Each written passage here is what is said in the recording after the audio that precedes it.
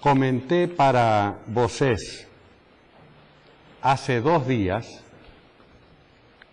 que era muy común en los estudiantes de teosofía pegar el volumen primero y leer hasta el final del proemio. El proemio es una página muy famosa en la literatura teosófica, tiene unas pocas páginas, no es muy extenso, y es muy apretado de significado. Tiene un significado profundo y muy apretado, no sé cómo decirlo, es muy sustancioso. Condensado, sustancioso. Condensado, sí. Pero al mismo tiempo el proemio es de difícil comprensión.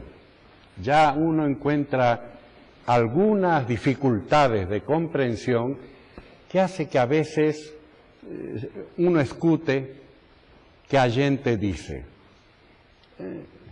yo leí hasta el proemio, pero no entendí casi nada. Voy a dejar el estudio de la doctrina secreta para más adelante. El proemio ya presenta desafíos para la comprensión, para el entendimiento muy grande. El proemio tiene las 3 célebres proposiciones, que muchas veces se destacan en la literatura teosófica, y esas 3 proposiciones fundamentales fueron después muy comentadas por todos los líderes de la sociedad teosófica, inclusive por líderes que no pertenecían a la sociedad teosófica, y encontraron en las 3 proposiciones fundamentales material, inclusive para escribir libros, para hacer otra clase de literatura apoyada en esas 3 proposiciones. Nosotros, en este ciclo acá, ahora, en el instituto, no nos hemos referido a proposición por proposición, no hemos estudiado las 3 proposiciones. En cambio, algunas de las materias que figuran en las 3 proposiciones las hemos estudiado en general, de un modo más general. También comentaba con ustedes que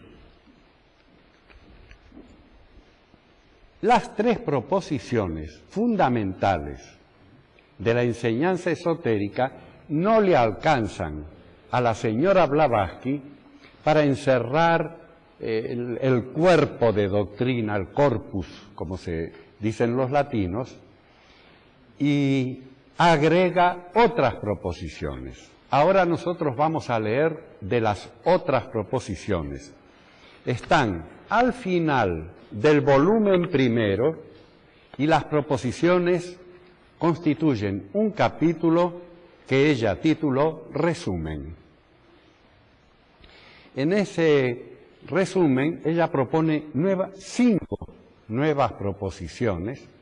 Cuando termina la 5ª con explicaciones, etcétera, agrega 2 o 3 más todavía.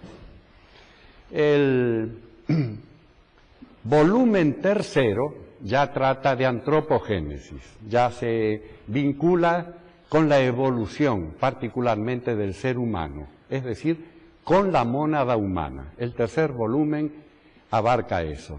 Cuando uno abre la primera página del tercer volumen, aparecen 3 nuevas proposiciones.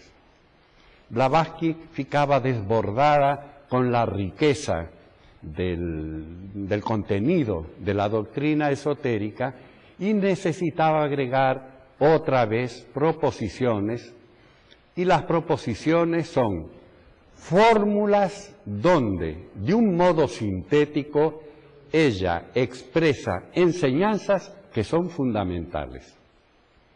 Tanto es así que las 3 proposiciones fundamentales del primer volumen las escribió y las rehizo y las repasó muchas veces. Una teósofa ilustre de nombre Josephine Ramson, una señora inglesa, que fue una muy destacada teósofa, hizo la historia de cómo comenzó a escribirse desde las primeras páginas la doctrina secreta. Blavatsky tenía una tarea tan extraordinaria que sentía un poco de miedo de poder encarar de una manera eficiente, de ser eficiente. Ella no estaba muy segura de cómo comenzar el libro, qué orden darle, y pidió consejo a algunos teósofos, y el coronel Olcott le dio un diagrama para el libro que después no se utilizó, y quien le aconsejó fue Subbarrao, un discípulo de la primera hora de la Sociedad Teosófica, algunos de cuyos escritos se conservan y no sé si están publicados en portugués. Algunos de esos escritos de Subbarrao están en español, se pueden leer en español. Subbarrao comenzó colaborando con la señora Blavatsky. Se tenían admiración mutua. Blavatsky decía, es un discípulo superior a eu. Y Subbarrao decía, él es una discípula superior a eu. Es decir, que se devolvían el balón y había una reciprocidad de deferencias, ¿no? La verdad es que Madame Blavatsky era una discípula más elevada que Subbarrao, y esa colaboración terminó en algún momento, terminó porque ellos encontraron que no podían seguir colaborando. Pero la doctrina secreta, el primer anuncio, en The Theosophist salió el primer asunto, el primer anuncio de un libro que iba a ampliar Isis sin velo. Este libro, que se va a titular La doctrina secreta, va a ser una ampliación generosa de Isis sin velo y va a ser escrito por H.P. Blavatsky y Subbarrao. Él figura como el segundo escritor, como coautor de la doctrina secreta.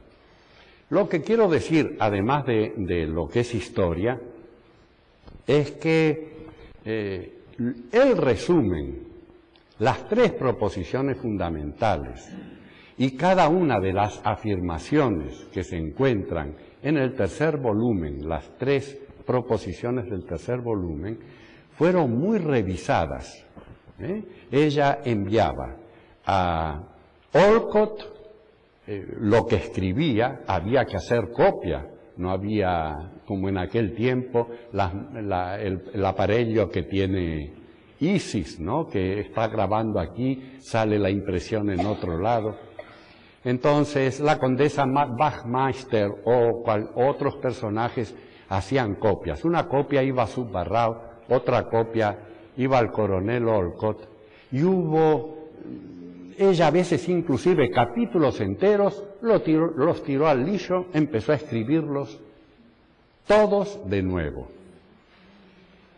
Destaco esto para que se vea que las proposiciones fundamentales, las proposiciones del resumen y las proposiciones del tercer volumen han sido muy observadas antes de enviar a la imprenta.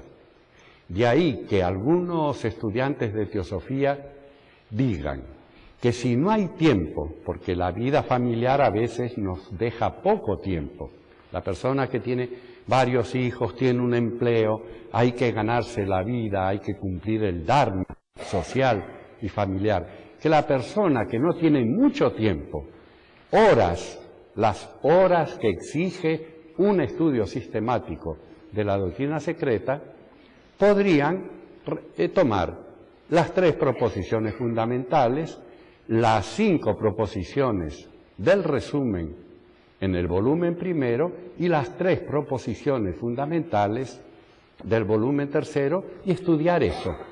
A falta de más tiempo, comenzar con el estudio de proposiciones fundamentales. Claro que eso tampoco es muy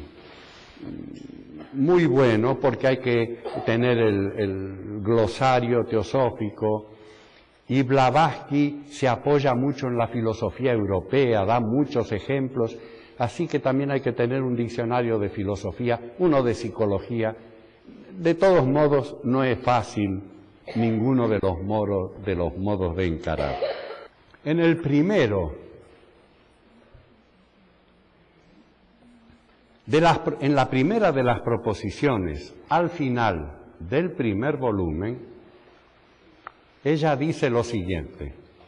Yo le voy a pedir a Ricardo que lea, porque esto es del portugués directamente, y a medida que él vaya leyendo voy a agregar algunos comentarios. Página 304.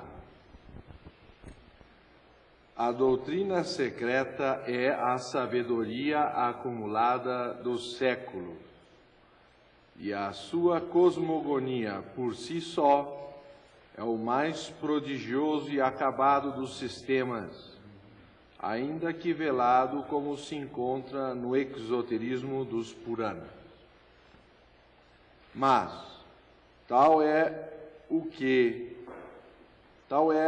o poder misterioso do simbolismo oculto que os fatos que ocuparam a atenção de gerações inumeráveis de videntes e profetas iniciados para os coordenar, classificar e explicar durante as assombrosas séries do progresso evolutivo, estão todos registrados em algumas poucas páginas de signos geométricos e de símbolos. Hasta ahí hay punto. Le voy a pedir a Ricardo que lea nuevamente y que ustedes observen cómo, para formar el cuerpo de doctrina, elevados iniciados a través de incontables periodos de tiempo tuvieron que hacer investigaciones y registrarlas en unos pocos símbolos. Observen la tarea de los iniciados de todas las épocas para formular la doctrina que hoy consideramos esotérica. Você lea.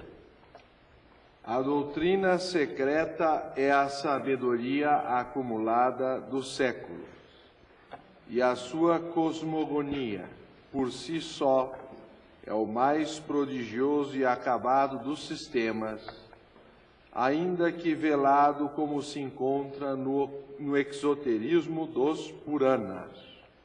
Mas tal é o poder misterioso do simbolismo oculto que os fatos que ocuparam a atenção de gerações inumeráveis de videntes e profetas iniciados para os coordenar, classificar e explicar durante as assombrosas séries do progresso evolutivo, estão todos registrados em algumas poucas páginas de signos geométricos e de símbolos.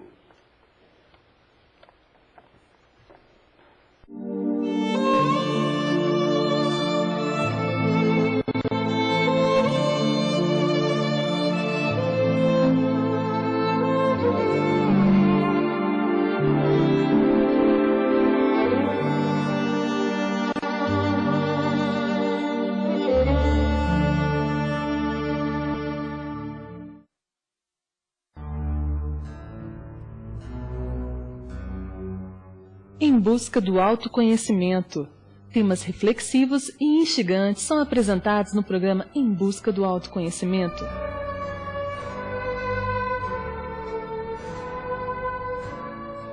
Propostas, ideias e explicações com base em uma visão teosófica da vida.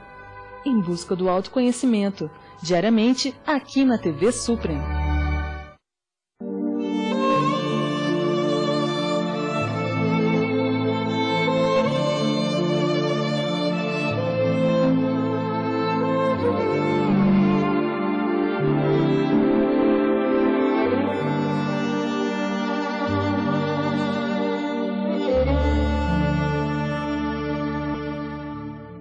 En el proemio a mitad del premio hay una página donde se explica con símbolos, en una sola página, el progreso evolucionario desde el despertar de un universo hasta la aparición del ser humano separado en sexos, mujer e varão.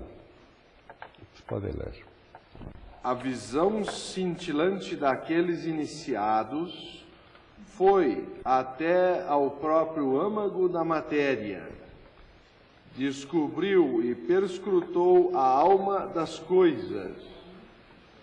Ali onde um observador comum e profano, por mais arguto que fosse, não teria percebido senão a tessitura externa da forma.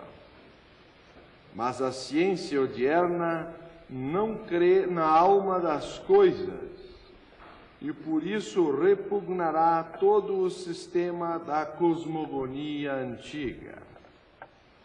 É inútil dizer que tal sistema não é o fruto da imaginação ou da fantasia de um ou mais indivíduos isolados, que se constitui dos anais ininterruptos de milhares de gerações dividentes, cujas experiências cuidadosas têm concorrido para verificar e comprovar as tradições transmitidas oralmente de uma a outra raça primitiva acerca dos ensinamentos de seres superiores e excelsos que velaram sobre a infância da humanidade. Hasta ahí. El libro nos está revelando el sistema de desarrollo y de aprendizaje en ocultismo. Cuando un ser humano, cualquiera de nosotros, se presenta como aspirante al discipulado, él pasa por pruebas. Esto está en gran cantidad de libros. Llamamos a esos las pruebas iniciáticas y los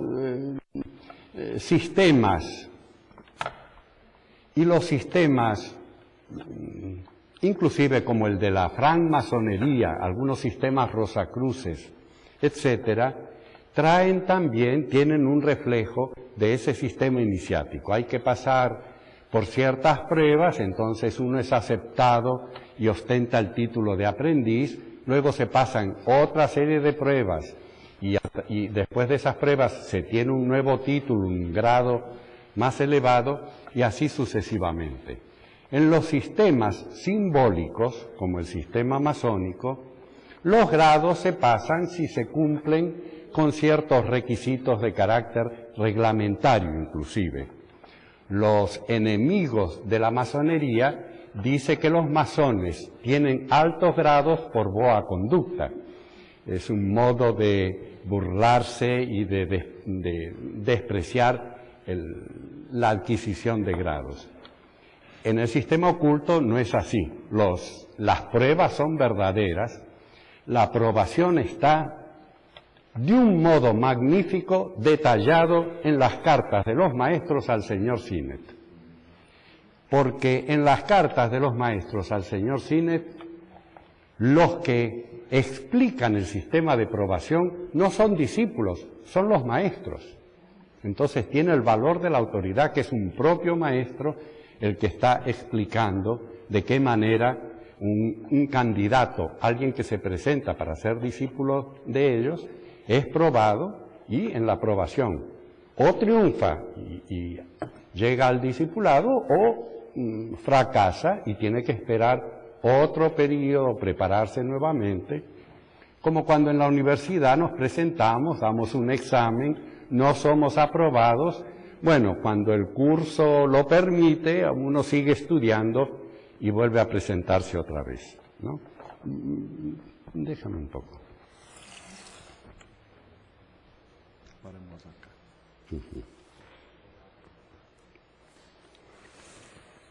Lo que acabamos de leer, y lo vamos a volver a leer, porque no tenemos apuro, es preferible estudiar poco y entenderlo bien, ese poco, que estudiar muchas cosas y no entender nada o casi nada. Lo que dice el texto es que cuando un discípulo triunfa en las pruebas, no lo dice así, yo estoy recomponiendo el cuadro, es la aceptación del discipulado de un adepto no es para vida mística, es para vida mágica. La vida mística, la espiritualidad, se aprendió antes en la religión extra, en la religión popular. Las religiones ya dan las lecciones para que espiritualicemos nuestra vida. El sermón de la montaña en los evangelios cristianos son una preparación para la pureza de vida.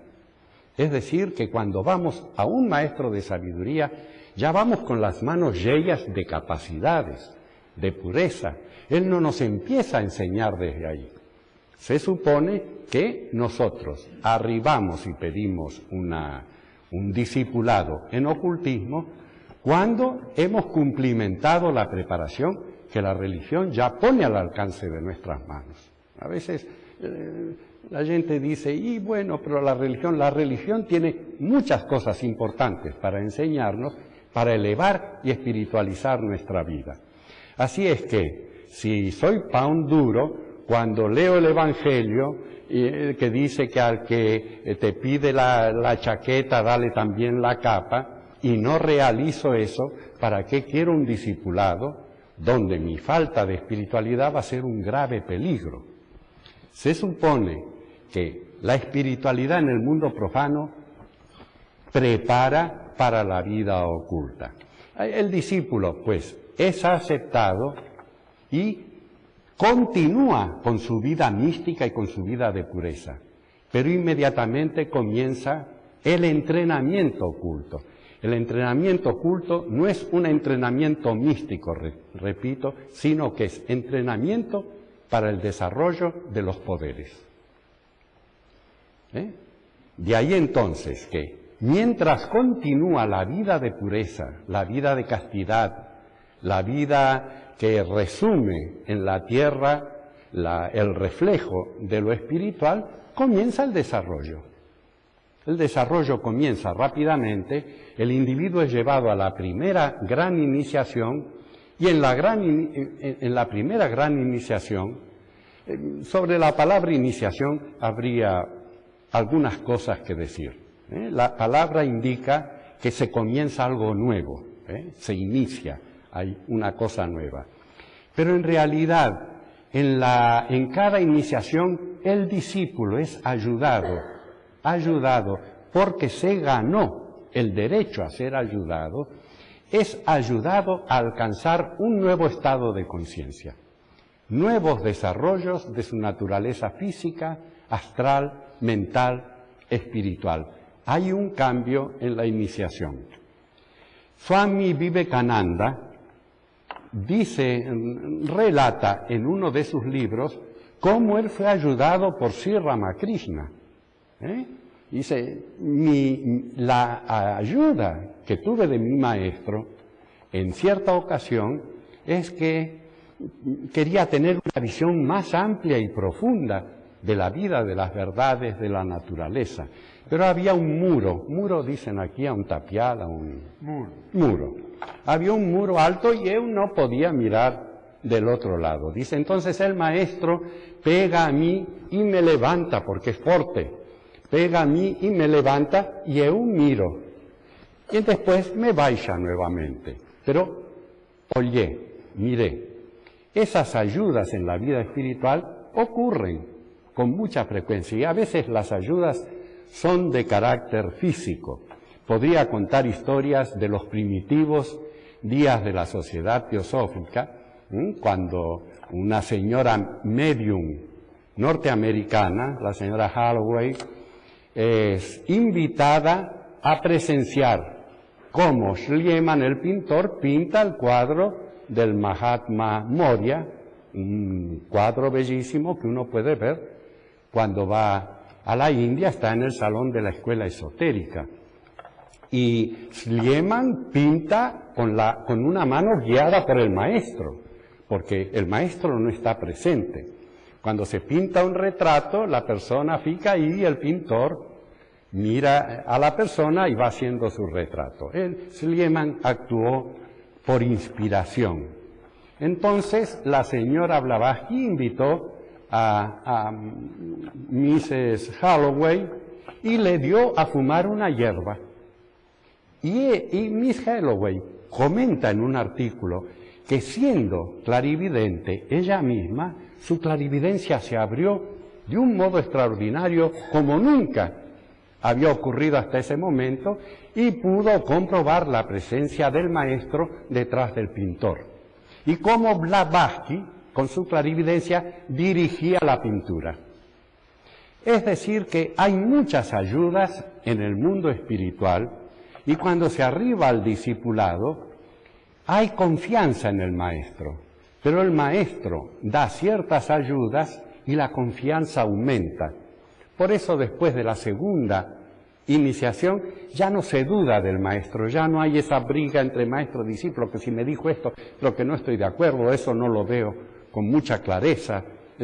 Esas cosas de la vida humana nosas, esas cosas desaparecen con rapidez y la relación del maestro-discípulo es una relación de amor, es una relación de unidad en los planos espirituales. Son dos egos que fican ligados para siempre. El maestro en la vida espiritual es alguien a quien cada vez se ama más y que cada vez se precisa menos, porque el maestro hace un ser libre. La misión del maestro es hacer que ese individuo no lo precise más a él, que él sea maestro, que él se eleve en su evolución. Así es que en el trecho que estamos leyendo, el discípulo accede a ciertos poderes, pero antes ha recibido instrucción sobre ciertos secretos de la naturaleza. Esa instrucción fue verbal. El maestro le dijo: en la naturaleza hay tal clase de seres, de fuerzas, de energías. El maestro conoce eso y le da el conocimiento verbal al discípulo. Cuando el iniciado, el discípulo, desarrolla sus poderes, tiene obligación de corroborar la enseñanza que recibió. En cada iniciación hay una corroboración de la enseñanza que recibió acerca de tal plano, tales seres, tales fuerzas. ¿Quiere voltar a leer el párrafo? Repetir aquela última parte? Repetir. A visão cintilante daqueles iniciados foi até ao próprio âmago da matéria. Descobriu e perscrutou a alma das coisas. Ali onde um observador comum e profano, por mais arguto que fosse, não teria percebido senão a tessitura externa da forma. Mas a ciência odierna não crê na alma das coisas e por isso repugnará todo o sistema da cosmogonia antiga. É inútil dizer que tal sistema não é o fruto da imaginação ou da fantasia de um ou mais indivíduos isolados. No es el fruto de la fantasía de un individuo. Continúa. Que se constitui dos anais ininterruptos de milhares de gerações de videntes, cujas experiências cuidadosas têm concorrido para verificar e comprovar as tradições transmitidas oralmente de uma a outra raça primitiva acerca dos ensinamentos de seres superiores e excelsos que velaram sobre a infância da humanidade. Continuamos. Durante muitos séculos, os homens sábios da quinta raça, pertencentes ao grupo sobrevivente que escapou do último cataclismo e das convulsões dos continentes, passaram a vida aprendendo e não ensinando. Como o faziam?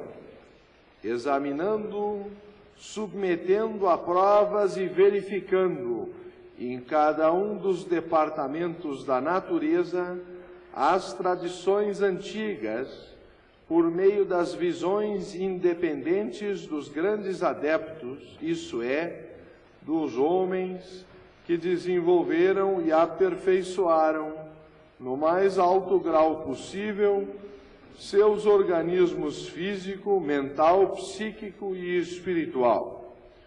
O que um adepto via só era aceito depois de confrontado e comprovado com as visões de outros adeptos, obtidas em condições tais que lhes conferissem uma evidência independente e por séculos de experiências. Muito bem.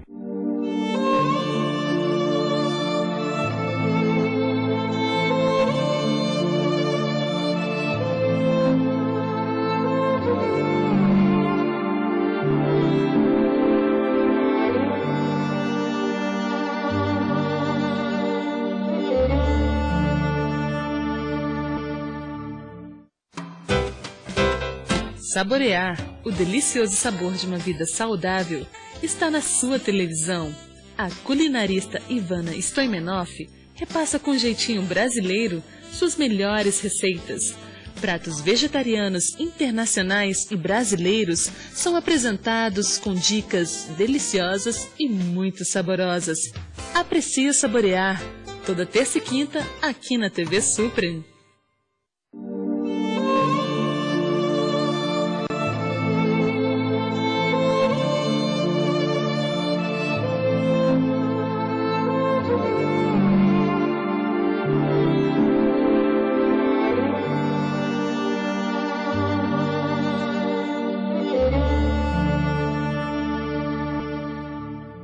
Ahora vamos a retomar punto por punto. Voy a ir leyendo. Sí, y yo toco el brazo.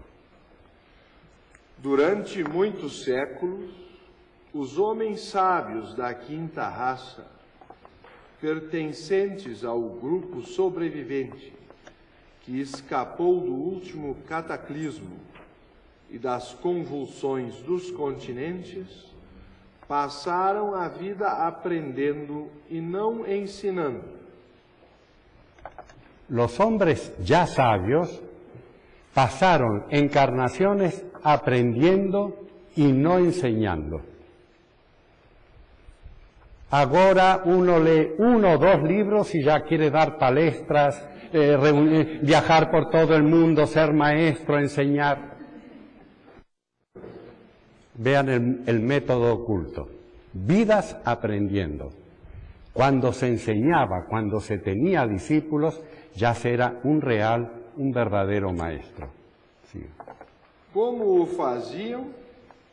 Examinando, submetendo a provas e verificando, em cada um dos departamentos da natureza, as tradições antigas, por meio das visões independentes dos grandes adeptos, isto é, dos homens que desenvolveram e aperfeiçoaram, no mais alto grau possível, seus organismos físico, mental, psíquico e espiritual. Cada adepto hacía su investigación. Ningún adepto decía, bueno, dejo, porque otros ya investigaron. Él tenía que saber e investigar, clasificar, poner en orden todo el conocimiento que la tradición oculta le había dado con anticipación. Vuelva a leer el párrafo. Como o faziam? Examinando, submetendo a provas e verificando, em cada um dos departamentos da natureza, as tradições antigas, por meio das visões independentes dos grandes adeptos, isto é, dos homens que desenvolveram e aperfeiçoaram, no mais alto grau possível, seus organismos físico, mental, psíquico e espiritual. Y pongan atención a lo que viene. o que um adepto via só era aceito depois de confrontado e comprovado com as visões de outros adeptos, obtidas em condições tais que lhes conferissem uma evidência independente e por séculos de experiência. Hasta ahí. Ustedes dirán que ese es el método del laboratorio en las ciencias actuales, y lo es. Hay poco misticismo, en cambio hay mucho de experiencia científica. Un adepto, la naturaleza es un ser vivo. Los lectores de la doctrina secreta y de otros libros que citan a la doctrina secreta saben que a la Tierra, al planeta Tierra, se le trata como un ser vivo. Se le da carácter femenino y tiene un nombre. El nombre es Bumi. La Tierra es Bumi. Otros planetas tienen sus propios nombres. Es como una familia y la Tierra es Bumi. Se le trata como lo que es, como un ser vivo. Tiene un espíritu muy poco evolucionado que guía los procesos minerales y vegetales en su cuerpo, en el planeta Tierra, y es vigilada por jerarquías mucho más inteligentes que van dando cada raza raíz los cambios necesarios. Cada raza raíz es como un año en la escuela. En la escuela vamos a primer año, segundo año, tercer año, y cada año tiene un programa de estudios y de actividad. El que no aprovechó, no aprobó ese primer año, no puede pasar a segundo, porque en segundo hay otras condiciones, se estudia de otra manera, hay otras materias a estudiar. La poesía de las estancias de Xi'an dice que cuando la Tierra sufre cambios geológicos, cuando su eje se inclina o se pone más derecho, cuando los trópicos se convierten en regiones heladas, todos esos cambios que a través de millones de años van sucediendo en la Tierra, esos cambios son expresados de manera poética en las estancias del volumen primero. Por eso se dice que cada raza raíz cambia su conformación. Hay continentes que se hunden, otros que salen a la superficie, cambian pues los continentes, cambian los mares. Hay un cambio en un ser vivo, un cambio continuo. Y las estancias de Xi'an dice que Bumi, la madre, estaba durmiendo de este lado y se voltó y durmió de este lado. Entonces esta cadera, este pecho sobresalieron y son la cordillera de los Andes, las montañas de África. De un modo totalmente poético se explican cambios geológicos, cambios en la conformación de la Tierra. Muy bien, pero no solo eso.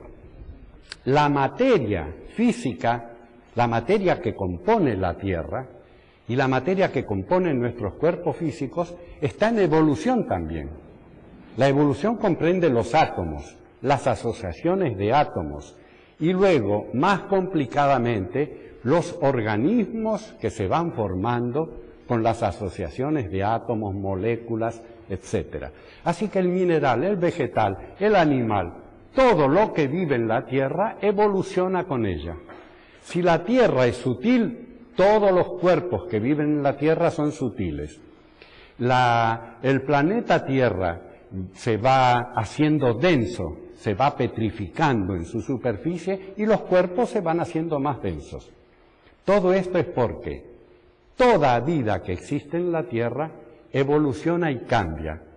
Y la materia recibe impulsos de cambios en cada raza raíz y en cada subraza de las 7 subrazas que tiene cada raza raíz. Así es que van apareciendo cosas nuevas.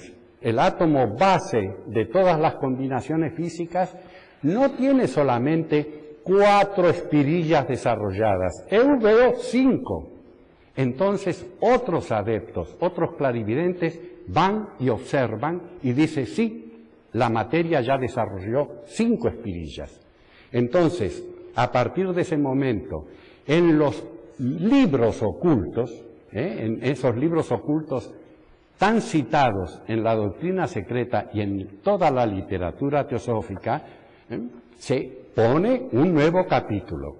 La Tierra evolucionó hasta este momento y a partir de ahora el átomo ultérrimo tiene 5 espirillas desarrolladas hasta este momento eran 4 correspondientes a la raza raíz anterior.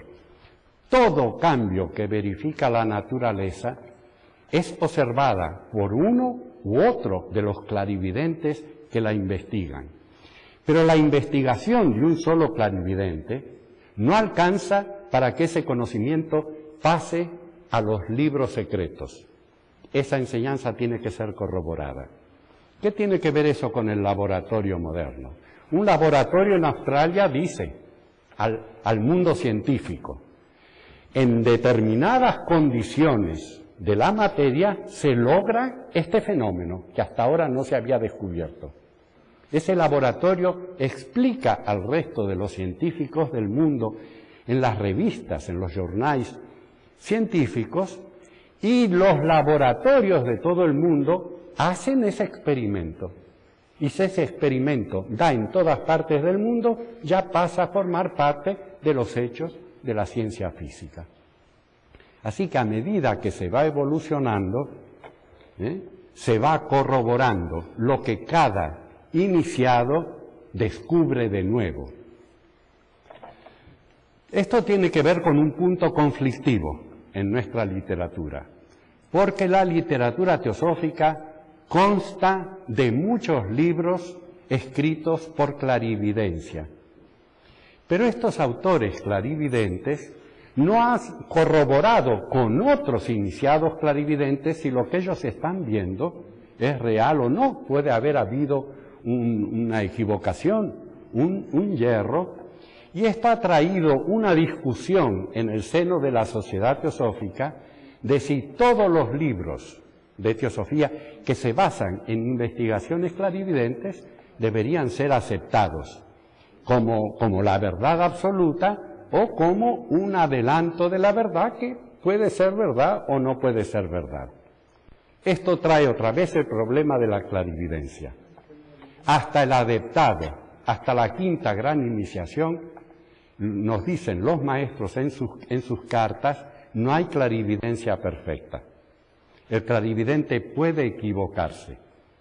Entre los libros de teosofía existentes, hay sospechas de que muchas afirmaciones no son del todo ciertas o son directamente equivocadas. La razón, la lógica dice, esto no puede ser. Pero como uno no es clarividente, tampoco puede decir, esto no es porque debería ser un clarividente muy desarrollado para corregir la clarividencia de otra persona.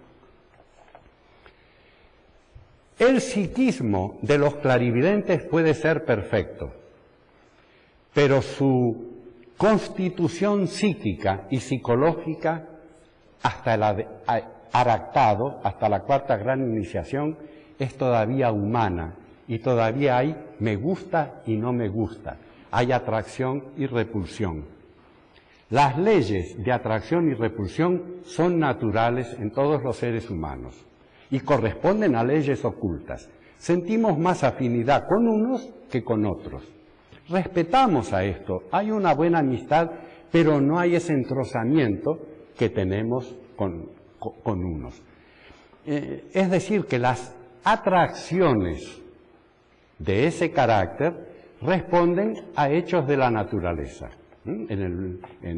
La doctrina secreta se explica cómo las mónadas que surgen de uno de los 7 primordiales son almas gemelas y se entienden bien entre sí.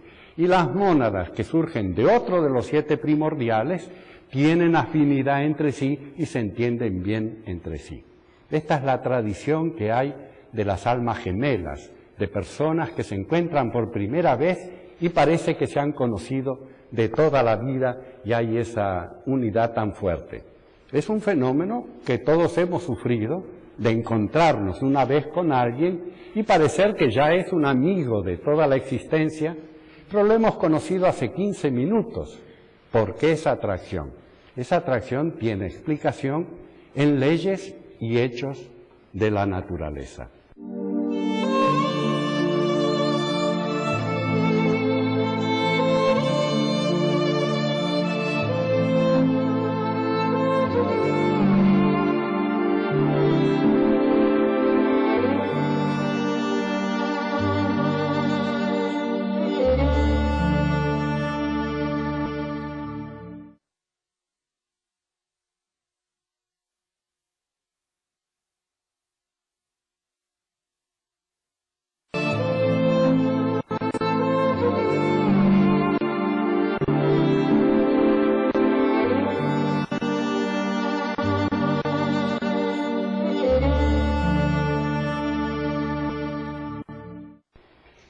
Lo que queda claro entonces es que lo que pasa a los anales ocultos son hechos vistos por un iniciado, pero corroborado por otros.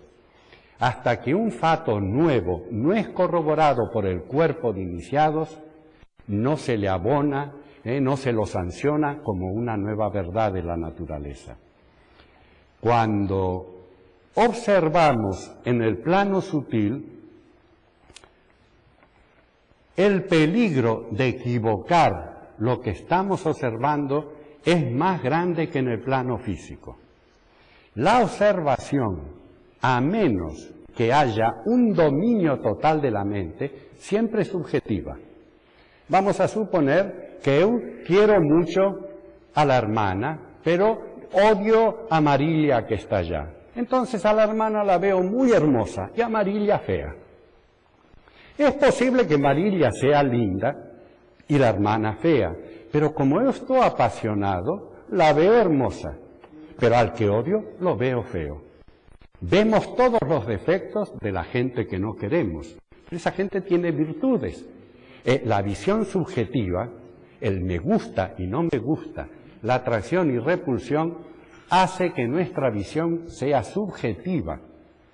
Matar la subjetividad desde el primer momento en que un discípulo es aceptado hasta una elevada iniciación es uno de los desafíos que tiene el iniciado. ¿Por qué? Porque en los planos sutiles la materia toma la forma de la corriente de pensamiento. Y si entro en el mundo astral deseando ver a la Virgen, voy a ver a la Virgen porque mi pensamiento habrá creado un Mayavi Rupa, una forma ilusoria de la Virgen. Por eso muchos clarividentes dicen, vi a la Virgen, vi tal cosa, y vieron lo que querían ver, no lo que es. ¿Está claro esto? Se ve lo que se quiere ver. Pero científicamente y desde el punto de vista oculto hay que ver lo que es. Entonces entro sin deseos, entro sin la voluntad, esto quiero verlo y aquello no quiero verlo. Ustedes dirán, yo entro sin deseos, pero la vida psíquica es subterránea.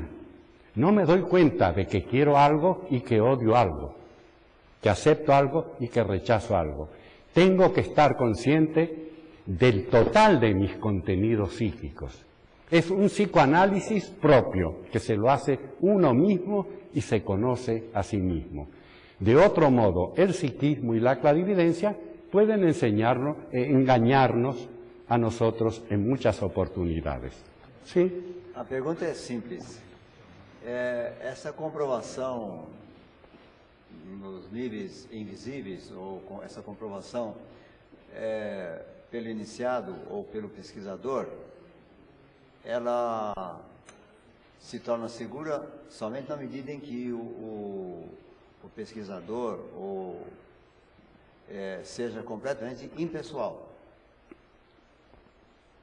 Porque se ele colocar a sua... No es blanco y negro. Sí. Se va tornando a medida que tenemos impersonalidad, lo que vemos es cada vez más perfecto, inclusive en el plano de relación. Si você cada vez es menos pasional, ve con más clareza las cosas a su alrededor. Es un proceso. Pero la perfección se alcanza cuando ya no hay ningún deseo. Entonces, como no hay ningún deseo, no tengo deseo que incline la balanza para acá o para allá.